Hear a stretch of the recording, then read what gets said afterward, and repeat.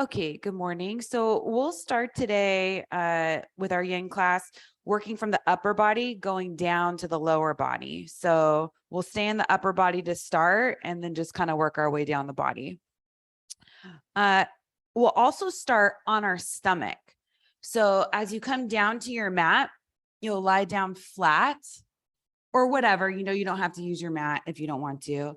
Stack the hands, so just one on top of the other, and you can either just rest the forehead down onto the hands. If that bothers you at all, you can also turn the head to one side. That works too. You just want to keep it even. If you turn the head to one side, then you need to turn it the other way. So decide if you want to do something symmetrical or not. And close the eyes. And start to soften. So the legs can be totally relaxed. You don't need them, which means the outer ankles can roll out and maybe the toes start pointing in a little bit toward one another. And let the lower back lengthen. So instead of sticking the butt way up, just keep it in a neutral position, maybe pointing it back a tiny bit. And start to feel the body getting heavier, and we'll come to our breath. So taking a deeper inhale in through the nose and back out through the nose. A couple more like that. Deep breath in, feel the back expand on the inhale. And slowly come back together on the exhale.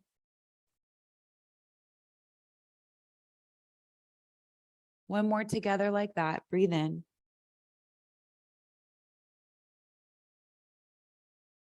Breathe out. Keep going on your own. Starting to feel the body, the mind, the spirit drop into your practice. Things start to slow down, but come together.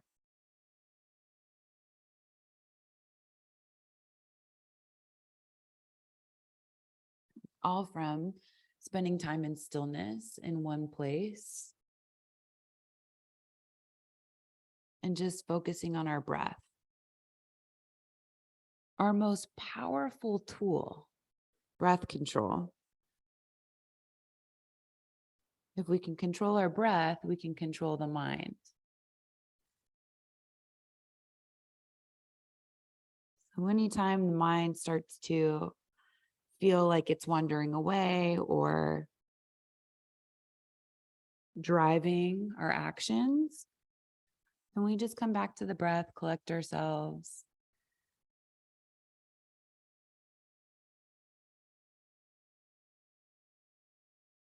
Until we feel centered.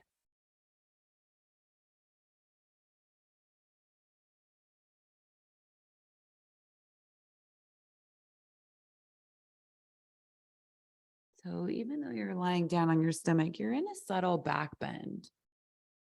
The front side of the body is lengthening a little bit.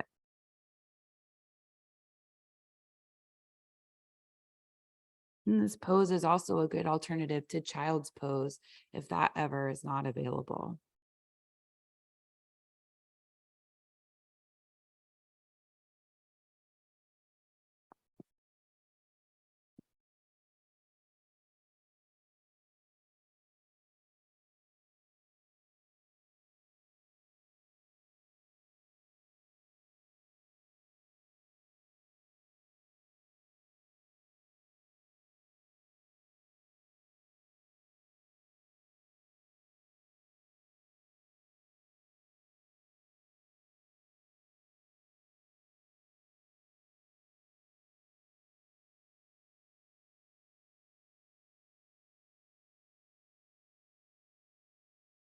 You'll start to lift the head, coming up onto the forearms. Keep the hands so that the fingertips are pointing toward the sides of the mat. Doesn't matter which forearm is in front, but you do want to walk the forearms back so that if you're looking down at the mat, the chin is ahead of the top forearm. So they're pretty far back, definitely underneath the chest.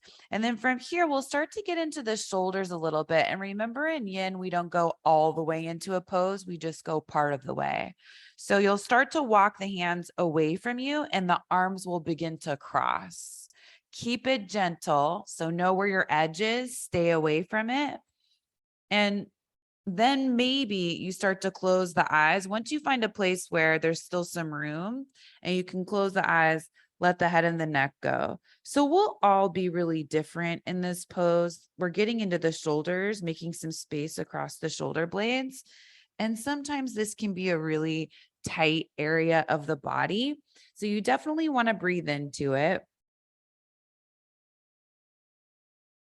See if you can send the breath to that space between the shoulder blades.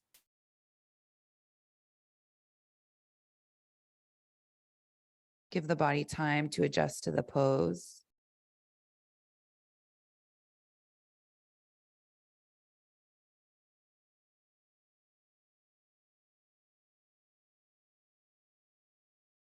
And if it becomes too intense, just loosen it up a little bit and don't go so high up with the crossing of the arms.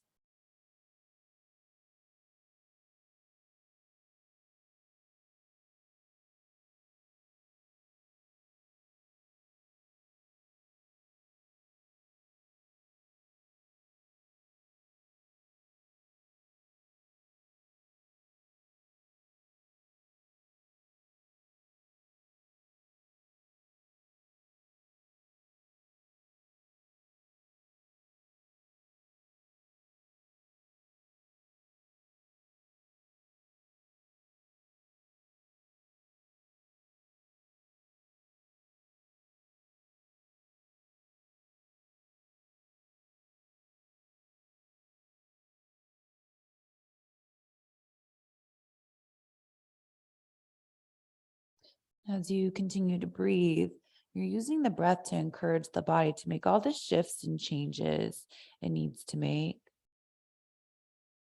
Right now, focused in the upper body, upper back, maybe even the muscles in the tops of the arms.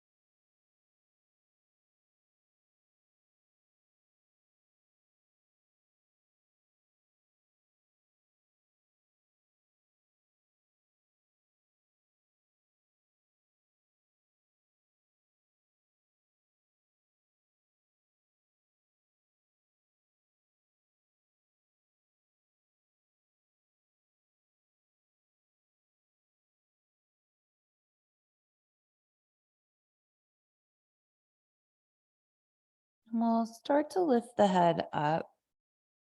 Walk the elbows back in toward one another. So now you're coming back to this one forearm in front of the other. And then you'll switch the stacking of the forearms. So bring the other forearm in front and you'll need to walk both forearms back a little bit so that the chin is free. When you're looking down at the mat, the forearms are below the chin.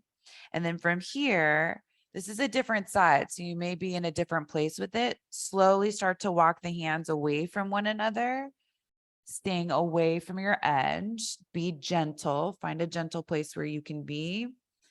And then once you find it, stay there, close the eyes. The head will slowly drop. You don't have to force it. Maybe eventually the chin hooks over the top arm. But if that feels like it's nowhere in sight, no need to worry about it. And if you had a block or something like it, you could use a block to rest the forehead down too, if you want to touch the forehead down on something, but it's not necessary. Just an option if you have one.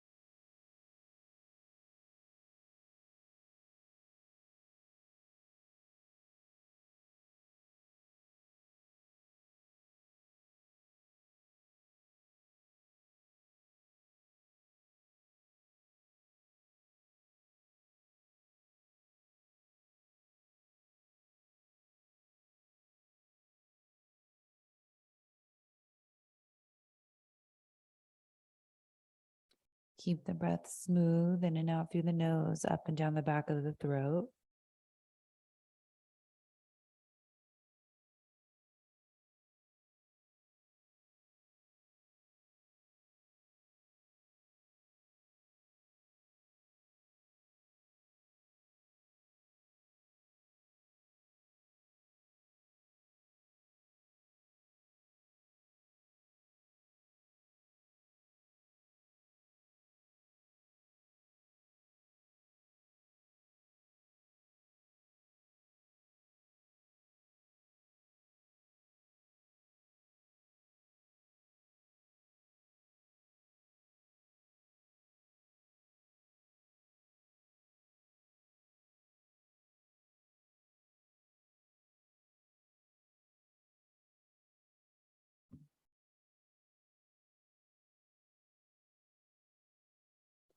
We'll start to transition out of the pose. You'll begin to lift the head, bring the elbows back in so the forearms are on the mat, and then bring the hands forward. And we'll come back to the pose that we started in. So resting one hand on top of the other. See if you can switch the stacking of the hands. So there's one way that feels more comfortable and natural. Then you'll rest the head down onto the hands. So this is our resting counter pose. You just did some serious shoulder opening. So maybe feeling a little bit more open in the upper back this time. Nothing to do here but rest.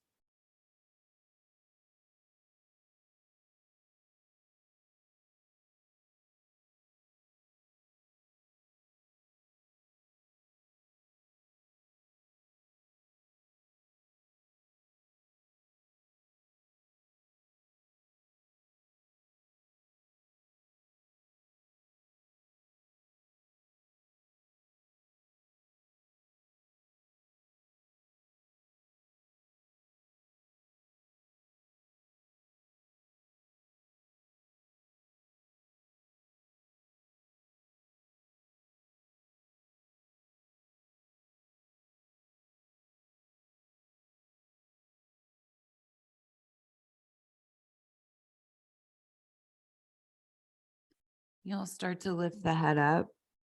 And we'll come back onto the forearms, but this time the fingertips will point forward. So lifting the chest. The shoulders can be stacked over the elbows, but we do want to keep this a little relaxed. So if it feels better to walk the elbows forward ahead of the shoulders a little bit, you can do that. You just want to back bend. So the chest reaches forward and the tailbone points back.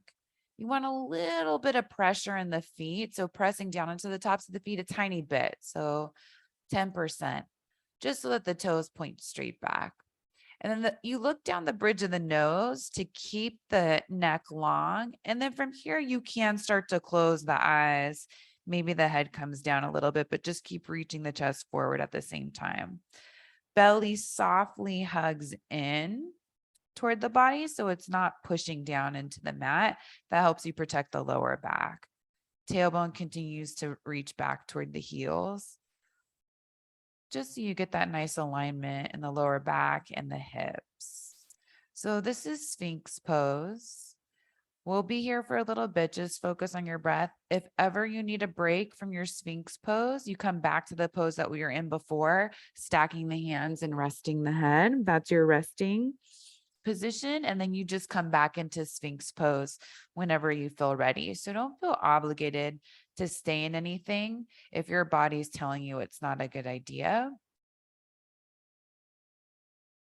You just work your way up to the longer holds with these poses. And there's certain areas of the body that just naturally want to stay in a pose a little longer, and that's fine too. Other places are going to be tight and maybe a little bit more resistant. So you listen and respond.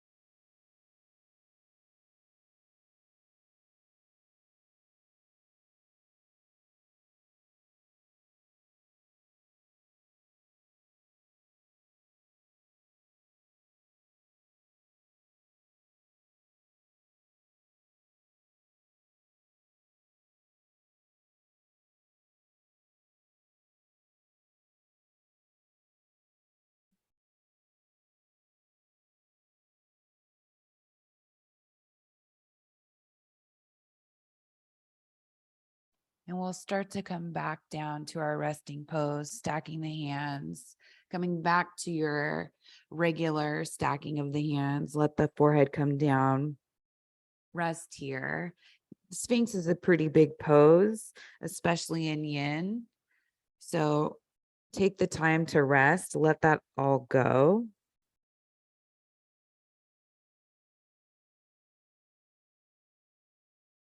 Still staying in our subtle back bend as a resting pose.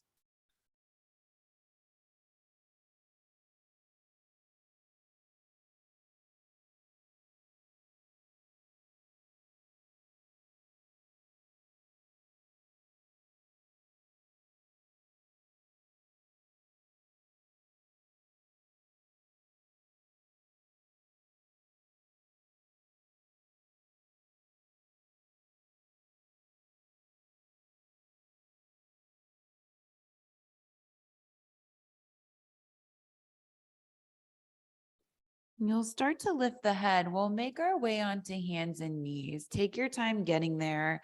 Walk the hands back. Press up onto hands and knees, coming to all fours. And then once you come to all fours, take a look at the hips and the knees. You want the hips to be right over the knees. We will start to move the body, and the hips are going to want to go forward ahead of the knees. So keep them right here. Knees are hip width distance apart.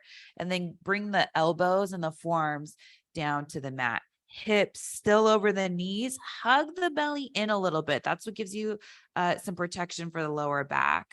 And then from here, you could walk the elbows forward, but don't go as far forward as you can. Bring the forehead down to the mat. So we're still coming into another back bend. This is melting heart, is what we call it in yin. And then I'll give you a few other options here. So as you're here, you'll be here for a little bit. Focus on your breath. If you feel like it's too much on the shoulders, or if the hands start to tingle, you could widen the arms. So you can go wider than shoulder width distance with the arms and the hands. And that might give you a little bit more relief in the upper body if any of that is bothering you. If you're fine where you are, stay where you are.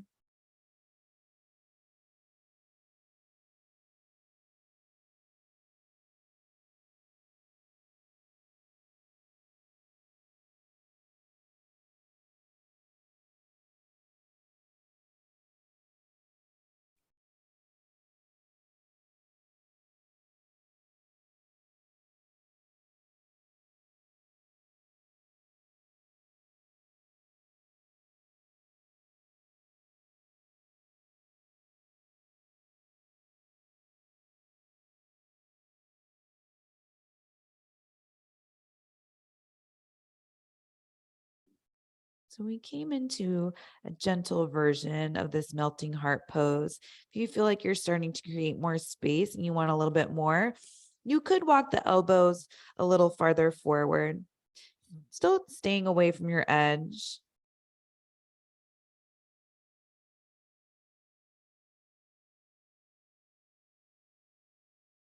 You hardly need to move the elbows if you chose to do that to feel a difference.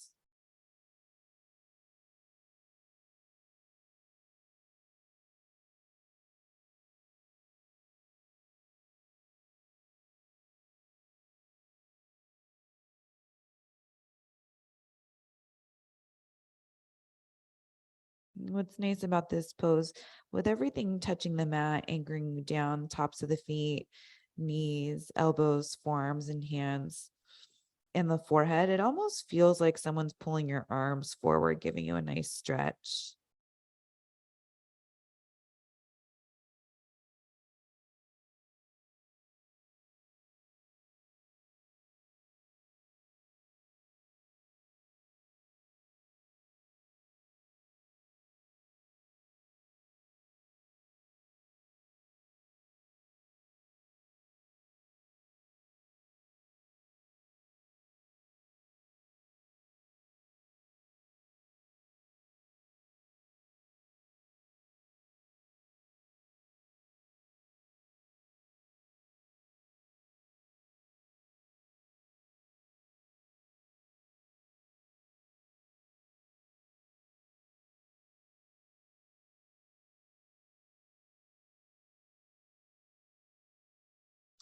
You'll start to lift the head, coming back up, walk the elbows back in if you walk them way forward, and we'll come back onto our stomach. So walk the feet back behind you, set the hips back down onto the mat, and you're in a Sphinx-like shape, but we won't stay here for long. So we just did a couple of back bends. We'll come into a twist.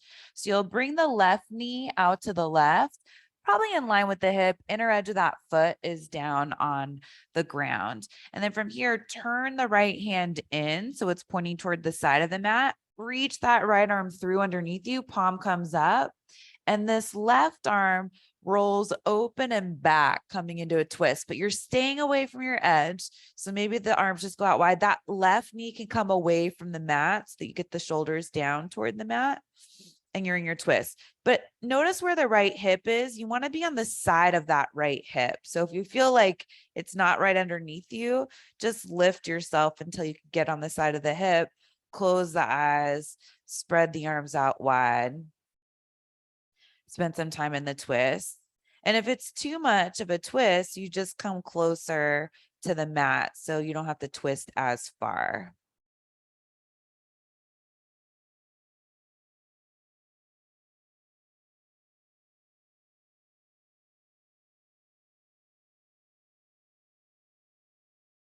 So we started out with a subtle back bend, did some deep shoulder opening. To use that to come into back bends, sometimes that can be a harder part of the back bends if the shoulders are tight. Did a couple of back bends. And now we're coming into twists to move the spine in a different direction and also release the back bends.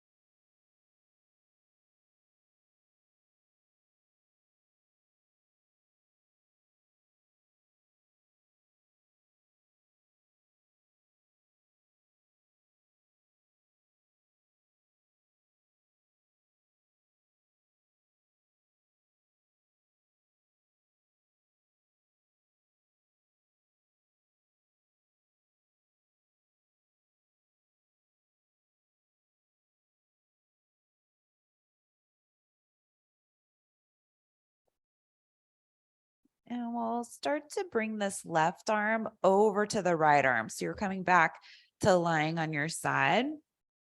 Left leg will go back behind you and you'll make your way back to a Sphinx pose. It doesn't need to be up that high, but just back onto the forearms, lying on your stomach. And then we'll switch sides. So the right knee comes out to the right, inner edge of the foot down on the ground. Knee around in line with the right hip, doesn't have to be perfect. Left hand comes in behind this right arm, turn the palm to face up, and then work that left arm underneath you. And you'll start to roll back, getting onto the side of that left hip. Here's a good opportunity to get onto the side of the left hip. And then you'll start to reach that right arm back, coming into the twist on this side. Heads resting on the mat, eyes can be closed. And don't worry about where the head points, especially the nose. So typically when we do twists, we're turning the head all the way over to the right. Just see where it naturally wants to lay. You're already in a pretty deep twist. This is probably my favorite way to get into a twist. Feeling all that length from the crown of the head all the way down the spine to the hips, out through that bottom left foot. Arms spread open. So you're still getting an opening across the chest and upper body.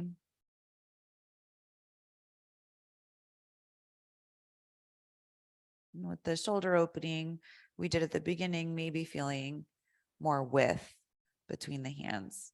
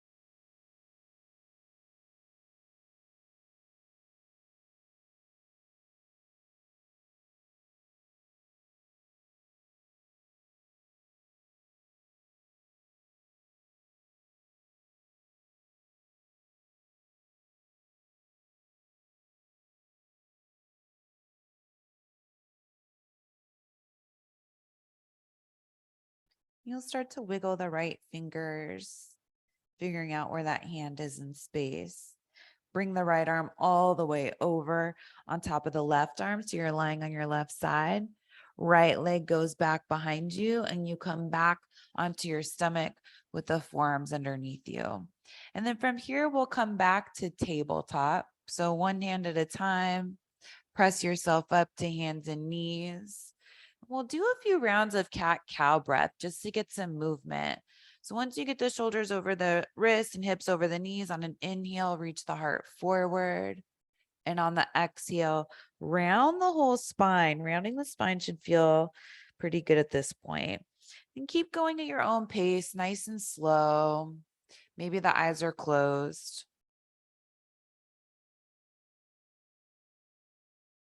Feeling the difference in the upper body compared to the lower body. Lower body's still pretty cool. Upper body's warm, open. Maybe still feeling that work there. One more cycle, forward and back. Take your time with it.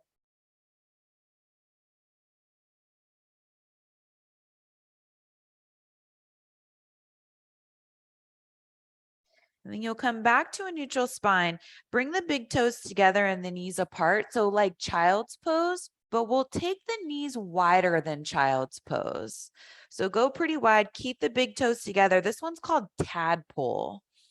Sit the hips back, but you listen to the knees. The hips don't need to go all the way back. Arms can reach forward, forehead can come down. So most likely, and this is going to be different for everyone, if the knees are pretty wide, then the torso is falling between the thighs. Just hug the belly in a little bit. Keep pointing the tailbone back. Arms are out in front of you. And if it feels like it's too much for the upper body to have the arms out in front of you, you could stack one hand on top of the other, make a pillow, and rest the forehead on the hands. That's fine too. We're not as concerned with the upper body opening. We're starting to get into the lower body with this pose.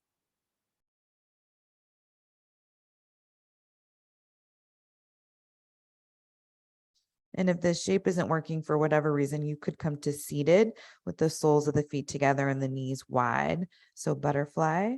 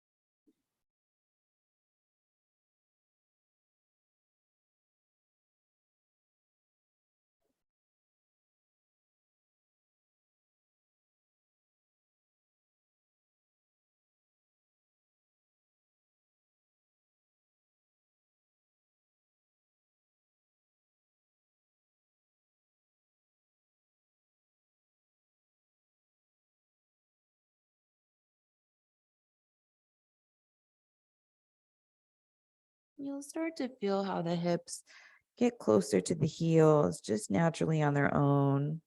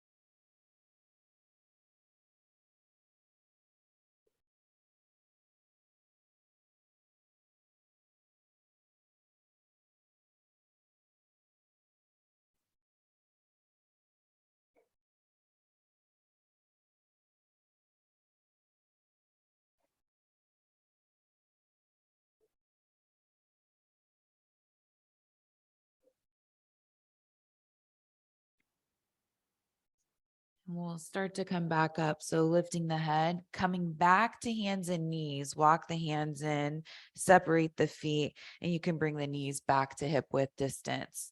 So we'll go from tadpole to frog pose. You'll want some padding underneath your knees. So if you're on carpet, you're probably fine to just stay, or something like that. You're probably fine to stay this way. If you're on a harder surface like me, turn to the side of the mat so the hands are off the mat and the knees are on the mat. And then two options here. You could if you're on a mat, fold the mat in a third of the way on each side. And that might be nice. Or grab a blanket and you can roll that out and unfold it and bring the knees on that. So once you have your setup and the hands are down in front of the shoulders, you'll widen the knees wider than hip width distance and then turn the toes out. So the inner edges of the feet are down on the ground, toes pointing out. And then from here, you don't go all the way in, you just go part of the way, but you do start to open up the knees wider, and we're all going to be different. Some of us are really tight. This is inner thigh, growing hip area. So find a place where you can be here for a little bit. You can stay up onto the hands. You could come down onto the forearms and you can close that. Some of you might be able to get the whole stomach down on the ground. I am unable to demonstrate that. This is not my favorite pose, but it's really effective. And when we should spend time in, even the ones that we don't like, they always say the poses that are hardest for you are the ones you need the most. You can decide that for yourself. And if it's already too intense, back off, bring the knees a little closer together. And the only other thing I'll say is with this pose, with like most poses, the body's constantly trying to find ways to make this easier. And in this pose, that means shifting the hips. So if the hips go way ahead of the knees or way behind the knees, it gets a little easier. So you can kind of just find that happy balance. We're not looking for perfect form. You're just looking for a nice opening. So that's another way to play with it. If you're not feeling anything, you can start to move the hips a tiny bit too far forward, tiny bit too far back, and then see if you can find a centered area to stay with the hips. And if you're here for a while and you feel like the knees want to go wider, you're always welcome to go wider with the knees.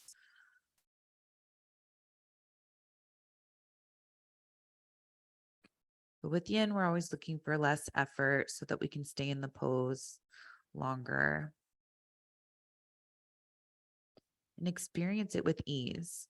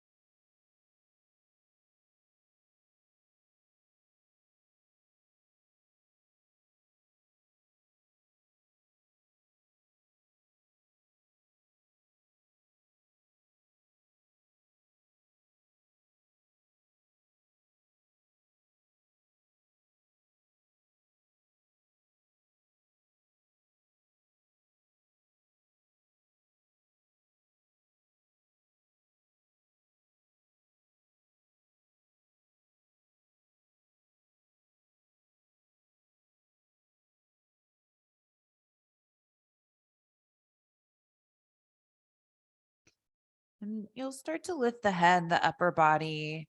You came down onto the forearms, start to make your way up onto the hands gently. You can keep a bend in the elbows, especially if the knees are wide. And then you'll just start to inch the knees back in towards center one at a time until you're comfortable coming back to hands and knees. And if you folded the mat, you can just unfold it. And then you'll come to seated. So I'm going to stay facing the same direction because I'm on a hard surface. So if you are too, you can just stay toward the side. And this time we'll come into a wide-legged straddle. So you'll open up the legs, come to seated. For a lot of us, propping up the hips on something, a block, a folded towel or blanket can be really helpful.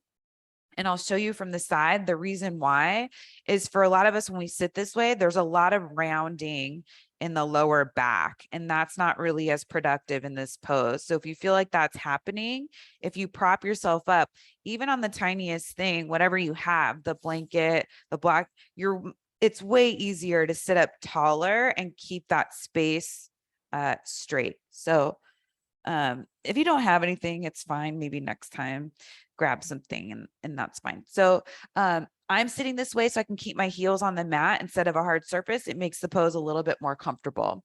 And then you're not opening up the legs as wide as you can. So if you feel like this is as wide as you can go, bring them in a little bit.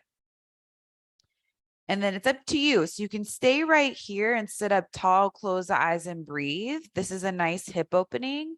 If you're not feeling anything and you want more, then start to walk the hands forward. And if you have blocks might be nice to put underneath the hands.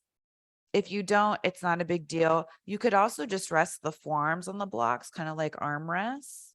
Then keep those toes pointing up. Start to close the eyes, settle in. So still a hip opening, this wide-legged straddle, but we're also getting into the muscles in the legs. So if you're feeling like this is too much and the legs are too tight, a modification for this pose, you'll just grab onto the backs of the thighs and bring the soles of the feet to the mat. You can either keep the hands down in front of you or they can go back behind you. And this is still a wide-legged straddle. It just gives you a little bit more space in the legs if extending the legs is too much. So another option to consider if straight legs isn't working.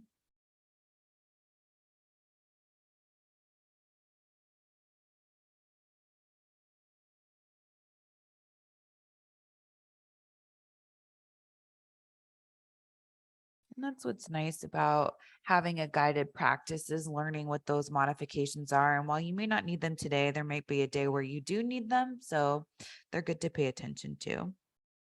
There's always ways to adjust your practice for whatever you have going on in the body. And what brought me to teaching, I had sprained an ankle, wasn't able to practice in a studio and had to modify my practice significantly. So I wasn't able to join in on a group class, started practicing at home, working around that injury, and then realized I felt like I had something to say on the mat. So signed up for a teacher training and been doing that ever since.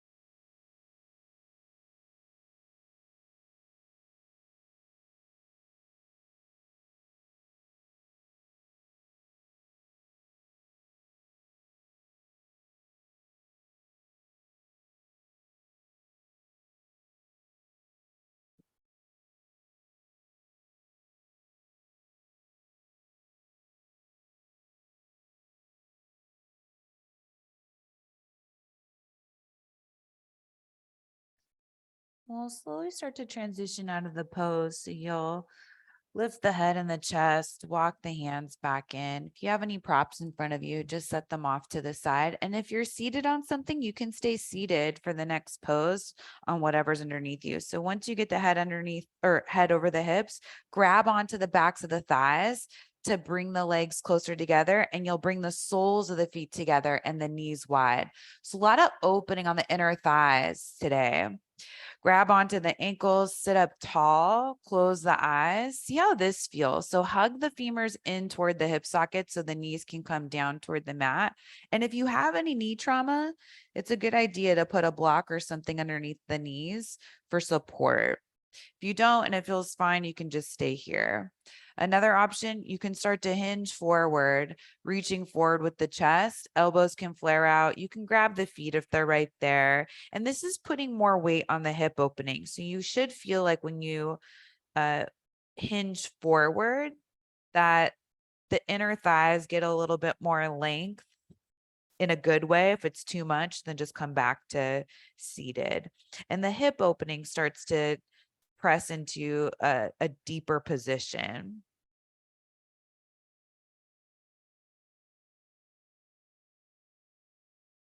And you can round the spine here. When we're doing this in a more active way, we keep a long spine. But in yin, you can round the spine as you fold forward, let the head and the neck go, keeping everything soft.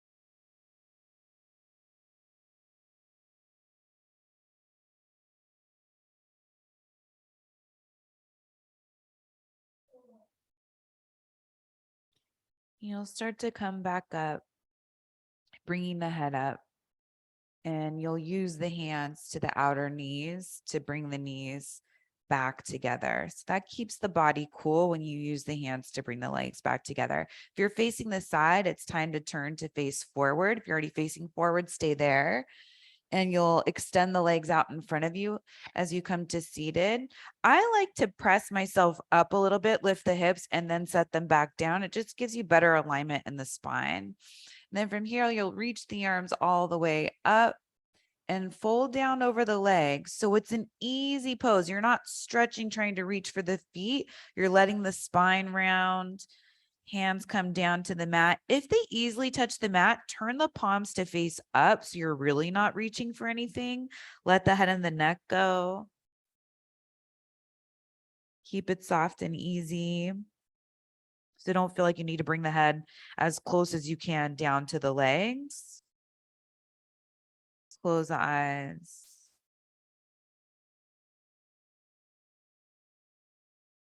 And in yin, we call this caterpillar pose.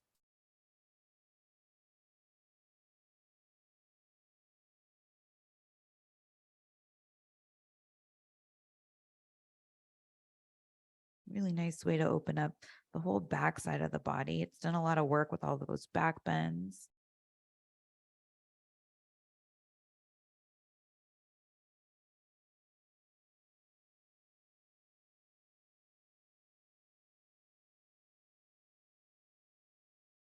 And something fun to know about yourself.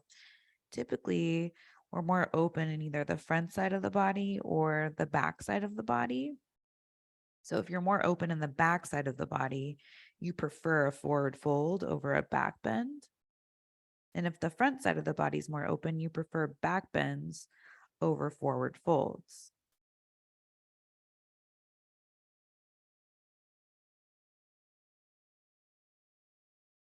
And if you're even, then you like both, which is the goal.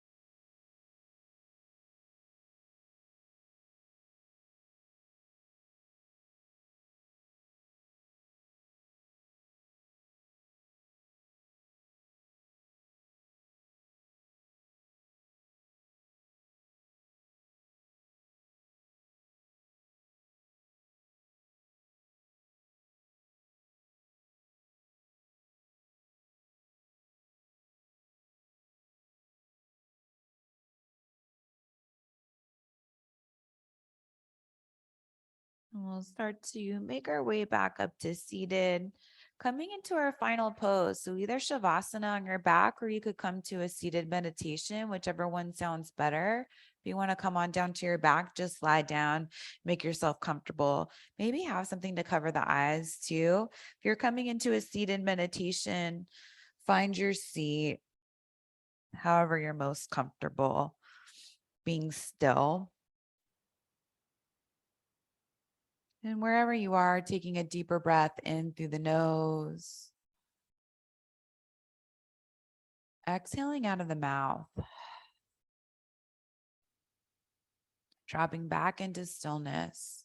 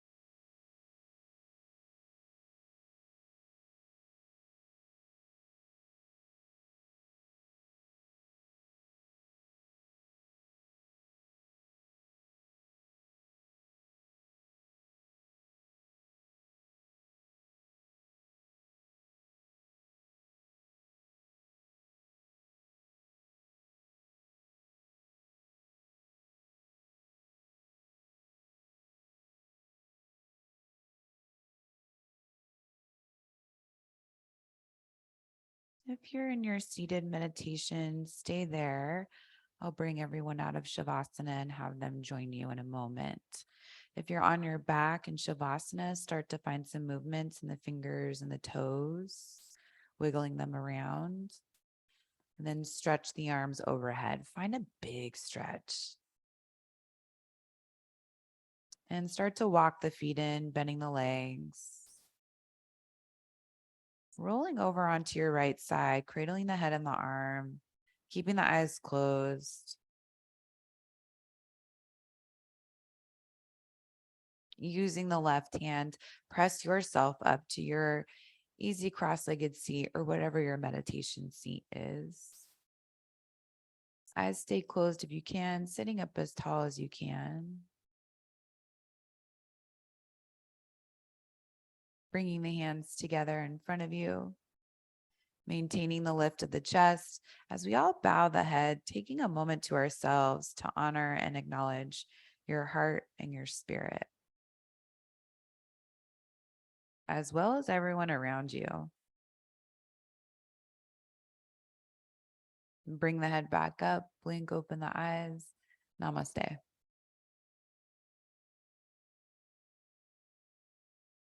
Thank you for joining and sharing your practice and allowing me to guide you through a yin practice. I hope you feel calm and balanced and ready for whatever's ahead. See you next week or Thursday.